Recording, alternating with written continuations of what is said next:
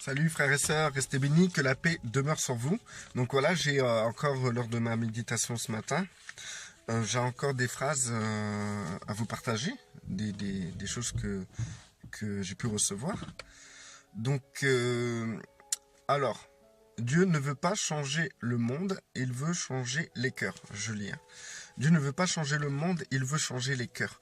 Alors pourquoi je dis ça? C'est parce qu'en fait, je remarque que qu'on a tendance à croire que notre combat est de modifier les choses dans le monde. Donc j'ai pu voir ça quand j'ai fait la vidéo sur la loi sur la sexualité des enfants à l'école, etc. Selon l'interprétation de ce qu'on peut voir dans les réseaux sociaux.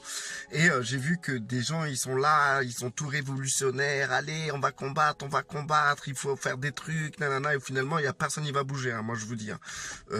Franchement, et s'il y a des gens qui bougent, ben, tant mieux. Ça serait plaisant de voir ça. Ça serait vraiment un changement. Ça serait vraiment quelque chose une évolution parmi la mentalité qu'on peut constater dans les réseaux sociaux. Mais bon, en attendant, il y a personne qui sort dans les rues et bientôt c'est la rentrée des classes et tous ceux qui sont là révolutionnaires, ils vont mettre leurs enfants à l'école. Donc du coup, bravo quoi. Dieu, ce qu'il veut, c'est pas changer le système que Satan établit, ni de changer les lois, changer comment dire, les gens du monde. Il veut changer les cœurs. C'est les cœurs qui visent. C'est ton cœur qui vise. Donc, avant de vouloir changer des choses à l'extérieur, commence par changer toi à l'intérieur. C'est déjà pas mal. C'est déjà un bon combat. C'est déjà quelque chose qui se rapprocherait d'un combat révolutionnaire, d'une révolution intérieure, quoi. Donc la deuxième phrase que j'ai écrite, c'est le combat ne se situe pas au niveau du monde, mais commence dans nos cœurs. Bon, c'est un peu ce que j'ai dit. Le combat ne se situe pas au niveau du monde, donc en fait il faut réorienter notre vision. Il y a des gens, en fait, comment dire, quand j'ai des gens, bon je me mets dedans parce que je sais que moi j'étais comme ça aussi, donc on a tendance à croire que notre combat sur Terre, c'est comme si c'était le combat comment dire, qu'on allait être des leaders, qu'allons changer des systèmes, des mentalités, des gens, notre entourage, etc. Qu'en réalité, le premier combat et le combat ultime, c'est nous-mêmes. C'est nous-mêmes. C'est nous-mêmes.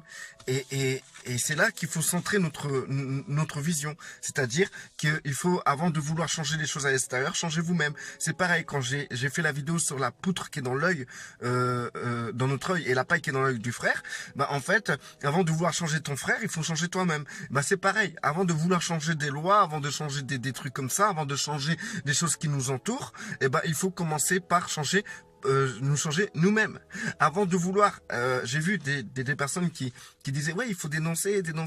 Écoutez, moi je suis pas contre la dénonciation. Hein. Franchement, vous pouvez dénoncer autant que vous voulez, c'est bien. Éclairer les gens, c'est bien.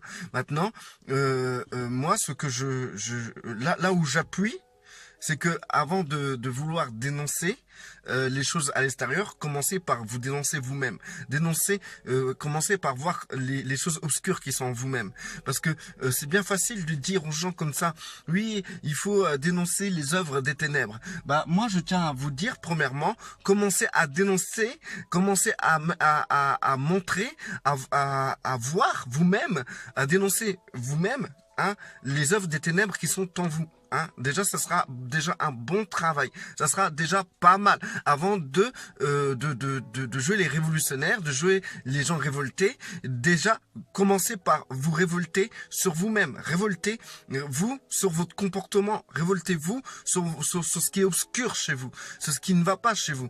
C'est déjà un bon commencement. C'est déjà pas mal. C'est déjà une bonne avancée. Ensuite, on veut combattre comme des révolutionnaires. Mais il faut déjà qu'il y ait au commencement une révolution en nous. Voilà, c'est ce que je disais.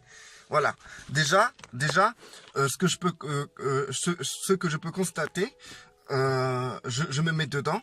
On veut, comment dire, être là, être présent, vouloir créer des révolutions mentales, intellectuelles chez les gens, que nous-mêmes, on n'a pas ça. Comment dire, encore une fois, je pense qu'on serait beaucoup plus efficace que si nous-mêmes, nous changeons dans notre vie, si nous mettons en lumière nos côtés obscurs, si nous mettons en lumière les problèmes dans notre vie, si nous mettons en lumière tout ce qui est contre Dieu dans notre vie, je pense qu'à partir de là, il y a déjà quelque chose de palpable, de réel et de fiable et surtout d'honnête dans notre manière d'agir. Avant de vouloir révolutionner les mentalités extérieures, les mentalités des autres personnes, déjà révolutionner votre mentalité à vous. Ensuite, notre premier ennemi, ce n'est pas les choses de l'extérieur, mais ce qui compose notre chair. Voilà. Donc du coup, les gens, je veux enlever cette expression de ma bouche, dire les gens. Je veux plus dire ça. Mais maintenant, on a tendance à voir les gens, les personnes de l'extérieur comme nos ennemis, les lois comme nos ennemis, les institutions comme nos ennemis, les choses qui nous entourent comme nos ennemis. Qu'en réalité, le véritable ennemi, c'est nous-mêmes, c'est notre chair. C'est notre manière de nous comporter, c'est notre manière de méditer, de réfléchir, de prier, d'agir, d'interagir. C'est nous, notre ennemi. Notre véritable ennemi, c'est nous-mêmes. Et le véritable combat, c'est nous-mêmes. C'est pas les gens de l'extérieur ou les choses de l'extérieur. Quand Christ était sur terre, et comment dire, il vivait dans une société corrompue. Il vivait, c'était les Romains qui régnaient en Israël et il vivait dans un pays dominé par les Romains. Et aussi dans sa société, il y avait beaucoup de Juifs qui étaient corrompus. Il vivait avec une religion totalement corrompue. C'était les pharisiens, les sadducéens, etc. Il vivait au milieu du monde. Hein, et ce monde-là s'est même détourné contre lui, retourné contre lui, malgré tout ce qu'il faisait. Et Christ n'a pas voulu changer ces choses-là. Il n'a pas voulu dire ouais bon maintenant il faut sortir dans les rues, il faut manifester contre les Romains, il faut manifester contre ceux qui prennent nos impôts, etc. D'ailleurs Christ lui-même a dit lors d'une question que les pharisiens lui ont posée, lorsque les pharisiens lui ont dit devons-nous payer l'impôt aux Romains, et Christ a répondu, il aurait pu dire non, les Romains sont nos ennemis, il faut pas se soumettre, il faut les dénoncer, il faut mettre en lumière ce que les Romains ils font. Non, il n'a pas dit ça, il a dit rendez à César ce qui appartient à César et à Dieu ce qui appartient à Dieu. Voilà ce que Christ a dit. Maintenant, nous aujourd'hui, qu'est-ce qu'on veut faire? On veut interagir d'une manière révolutionnaire, d'une manière rebelle contre les systèmes qui nous entourent, au lieu de rendre à Dieu ce qui appartient à Dieu et de rendre à César ce qui appartient à César. Donc du coup, il faudrait se réorienter, il faudrait se recentrer sur Dieu, se recentrer sur notre principale mission, qui est premièrement combattre notre chair, pas la combattre. Quand je dis combattre, on ne doit pas s'imaginer de combattre, mais déjà mettre en lumière les côtés obscurs, les œuvres des ténèbres qui sont dans nos vies. Et ainsi les éliminer. C'est ça quand je dis combattre. Salut. Donc, du coup, ce que je disais, c'est que en fait, tout ce qui nous entoure, c'est les gens du monde qui en sont esclaves. Nous ne sommes pas esclaves de cela. Nous avons Dieu et Dieu protège nos enfants. Dieu nous protège nous-mêmes. Vous pouvez aller n'importe où. S'il doit vous arriver un truc, c'est que Dieu l'aura voulu. Parce que vous avez donné votre vie à Dieu. Donc si vous avez donné votre vie à Dieu, c'est Dieu qui décide dans sa plénitude, dans son bon vouloir, s'il doit vous arriver un truc ou pas. C'est pareil pour vos enfants. Donc du coup, il faut arrêter de s'inquiéter. Alors je vais continuer. Les gens du monde n'ont pas besoin de révolutionnaires chrétiens, mais ils ont besoin de la révélation de la personne du Christ. Voilà. Donc du coup, j'ai aussi vu des gens qui disaient, ouais, il faut dénoncer, il faut mettre en lumière les œuvres des ténèbres, entre guillemets, mais en lumière les œuvres des ténèbres dans ta vie déjà. Et il faut faire ça, il faut avertir les gens du monde. Et écoutez, vous pouvez avertir autant que vous voulez les gens du monde, même si ils ont compris, ils mettent pas leurs enfants à l'école, ils font des trucs contre cette loi. Imaginons, hein, selon l'interprétation qu'on peut retrouver dans les réseaux sociaux, imaginons que même s'ils font des trucs pour que ça se passe pas, eh ben, est-ce qu'ils sont sauvés pour autant? Non, ils sont pas sauvés pour autant. Est-ce que ça va changer leur vie? Ben non. Car c'est seul Christ est l'œuvre de notre Père Céleste qui change les vies. Donc du coup, ils n'ont pas besoin de révolutionnaires chrétiens. Ils ont simplement besoin de connaître la personne du Christ. Tout simplement, la solution à tous les maux, à tous les problèmes, c'est connaître la personne du Christ et celui qui l'a envoyé. Tout simplement. Ensuite, un dernier truc pour pas que ça soit trop long. Alors, les réactions que j'ai vues sur les réseaux sociaux, au niveau de la plupart des chrétiens, sont dictées par la peur. Et c'est ce que j'ai constaté. Les gens sont dictés par la peur. Vous pouvez pas imaginer comment les gens m'ont lapidé quand j'ai fait la vidéo sur Chiap et sur YouTube, tout ça et tout. Mais imaginez-vous, imaginez-vous la réaction que vous avez en tant qu'enfant de Dieu. Vous pouvez pas. Comprenez juste une seconde. Qu'est-ce qui vous pousse à réagir comme ça? Avez-vous peur? Vous avez peur de quoi? On sort une loi comme ça et tout le monde a peur. Même vous, les enfants de Dieu, vous avez peur. Est-ce que vraiment la peur appartient à Christ? La peur appartient à notre Père Céleste. Pourquoi avez-vous peur? Parce que vous pensez que le système de ce monde est plus fort que Dieu? Est plus grand que Dieu? On parle des vaccins. Les gens, ils écrivent sur Internet les vaccins. Ils font toutes des publications montrant le poison que sont les vaccins. Et ils vont quand même vacciner leurs enfants. Comprenez-vous un peu cette façon de penser? Si tu vaccines tes enfants, alors arrête de publier des trucs contre les vaccins.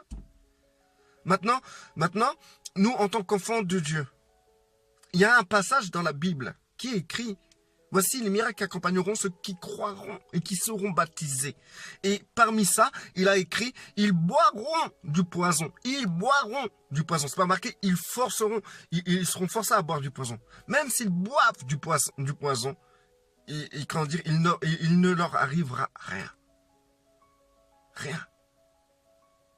Le poison est 1000 et 1 milliard de fois plus toxique qu'un vaccin. Moi, je vous dis clairement, mes enfants ont été vaccinés. J'ai pas eu peur de les vacciner. Pourquoi j'aurais peur? Dieu garde mes enfants. S'il devrait y avoir quelque chose, si mes enfants devraient avoir un problème, c'est que Dieu leur a décidé. Parce que j'ai mis ma vie et la vie de ma famille entre les mains de Dieu. Et maintenant, j'ai vacciné mes enfants, premièrement, parce que les vaccins, c'est utile. Deuxièmement, c'est vrai qu'il y a des choses qui sont mauvaises dans ces vaccins. Et j'ai prié pour que ces choses mauvaises n'aient pas d'agissement sur mes enfants. Comme ce poison qui n'aura point d'effet sur le corps d'un enfant de Dieu. Dans la vie d'un enfant de Dieu. Quand vous lisez les choses dans la Bible, croyez-vous ce que vous lisez? Moi, je crois fermement à cela. Et tous ces gens et tous ces enfants qui sont vaccinés, eh ben, si vous avez la foi, eh ben, vous pouvez prier pour ces enfants et annuler tous les effets négatifs et néfastes qui peuvent avoir dans leur corps à cause de ces vaccins. Parce que c'est l'autorité que nous avons sur terre.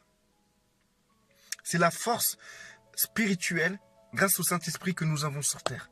C'est l'héritage que nous avons en Christ. Nous pouvons annuler tout effet néfaste des vaccins dans le corps des enfants.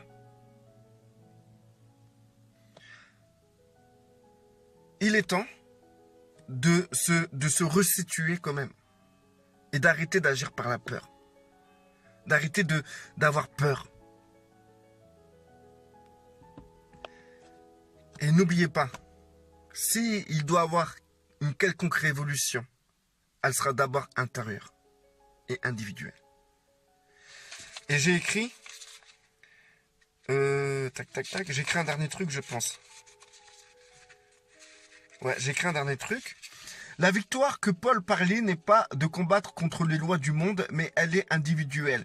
C'est la victoire d'un cheminement de transformation intérieure et d'une victoire contre nous-mêmes. Voilà, voilà. Je pense que vous avez compris.